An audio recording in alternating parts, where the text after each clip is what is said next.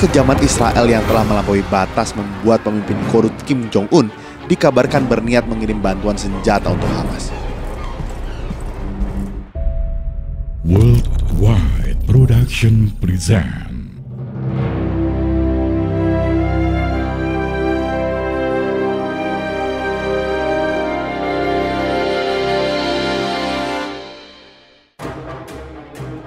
Korea Utara adalah salah satu negara yang mengutuk serangan Israel ke jalur Gaza yang banyak memakan korban penduduk sipil Palestina. Kekejaman Israel yang telah melampaui batas membuat pemimpin korut Kim Jong-un dikabarkan berniat mengirim bantuan senjata untuk Hamas. Badan Intelijen Korea Selatan atau NIS dan anggota Parlemen KUM, anggota Komite Intelijen di Majelis Nasional Korea Selatan, adalah pihak yang membeberkan info tersebut.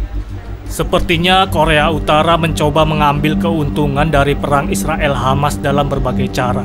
Ucap Yo dikutip kantor berita Turki Anadolu Ajansi, Rabu 1 November 2023. Berita miring itu langsung dibantah Duta Besar Korea Utara untuk PBB, Kim Song. Laporan itu tidak berdasar. Namun walau demikian, Korut tetap tegas dengan posisinya dalam membela perjuangan Palestina untuk lepas dari penjajahan Israel. Bagi Pyongyang, serangan Israel terhadap penduduk sipil Palestina sama sekali tidak bisa dibenarkan.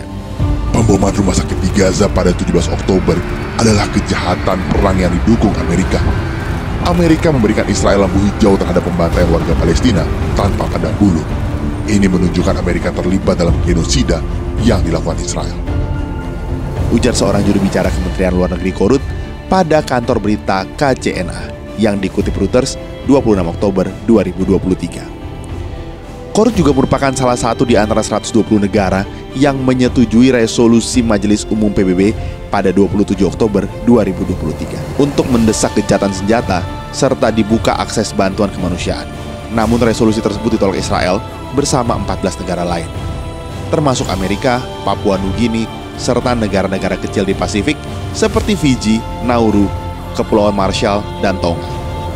Konsistensi Korut dalam mendukung perjuangan rakyat Palestina melawan penjajahan terhadap Israel terjadi sudah lama, sejak 1966.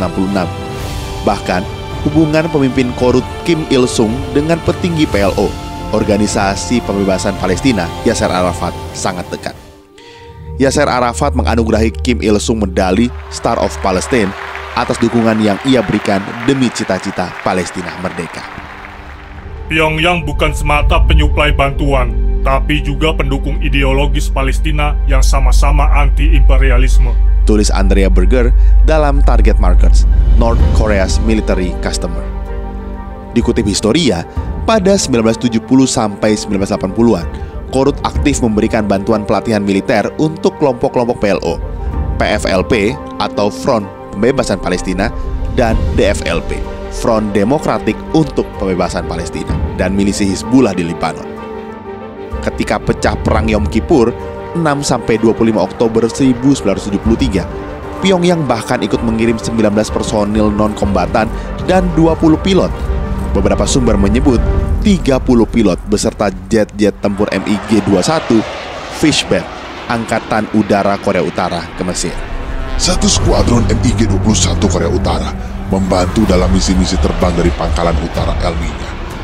Mesir mendapat suplai pesawat, kru darat, dan bantuan dari 30 pilot Korea Utara yang punya spesialisasi dalam misi-misi patroli tempur, tulis Walter J. Boyne dalam The Yom Kippur War dan The Airlift Strike That Saved Israel. Perang Yom Kippur berlangsung semakin sengit. Hal ini membuat para pilot Korut tak lagi hanya terlibat pada misi patroli saja.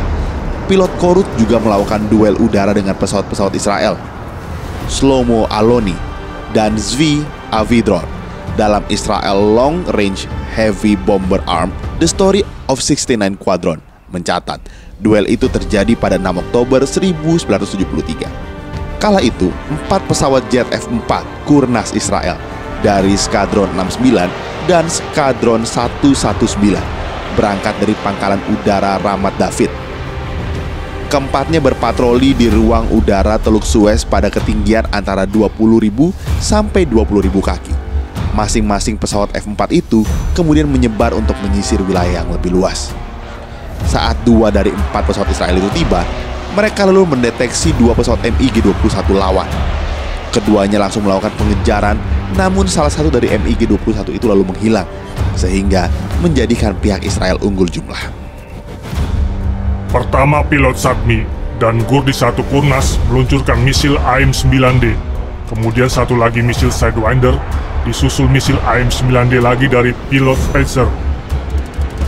Kemudian satu lagi misil Sidewinder, disusul misil AIM-9D lagi dari pilot Spitzer dan over dari Kurnas yang lain. Ungkap Aloni dan Avidror. Semua misil yang dilepaskan meledak dekat pesawat MiG, namun MiG masih bisa terus terbang. Karena bahan bakar mulai menipis, keempat Kurnas itu balik kanan sambil terus memantau MiG tadi dari kejauhan yang ternyata mengeluarkan asap putih. Nasib buruk justru kemudian dialami oleh MiG. Pesawat itu meledak setelah ditembak misil SAM, Surface to Air Missile, milik Mesir, dan friendly fire itu tak disadari Mesir. Di akhir perang, para pilot itu baru menyadari bahwa yang mereka lawan itu adalah MiG Korea Utara. Setelah perang Yom Kippur selesai, Korut tak pernah lagi terang-terangan memberikan bantuan militer pada Palestina. Pyongyang lebih memilih jalan diplomasi dengan memberikan dukungan moral kepada Palestina di forum-forum internasional. Di satu sisi, Israel pun tetap berupaya menjalin hubungan diplomatik dengan Korut pasca bubarnya Uni Soviet. Menteri Luar Negeri Israel Shimon Peres menghubungi Pyongyang untuk membahas rencana kerjasama ekonomi dan keamanan. Pada 1993, Peres menawarkan $1 juta miliar kepada Korea Utara dalam bentuk investasi asing dan bantuan teknis untuk operasi-operasi tambang emas, dan sebagai gantinya, Korea Utara menghentikan penjualan 150 misil balistik jarak menengah nodong kepada Iran. Tetapi pembicaraannya di stop usai adanya tekanan dari Amerika Serikat gegara Korea Utara mundur dari perjanjian pembatasan senjata nuklir. Ungkap Victor De Cha dalam The Impossible State, North Korea, Past and Future.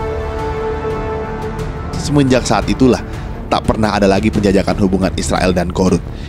Keduanya malah lebih sering berseteru di forum internasional. Israel menyebut Kim Jong-un sebagai sosok tidak waras serta pemerintahan Korea Utara sebagai bagian dari poros kejahatan. Dan Korut membalasnya dengan menyebut Israel sebagai boneka imperialis Amerika.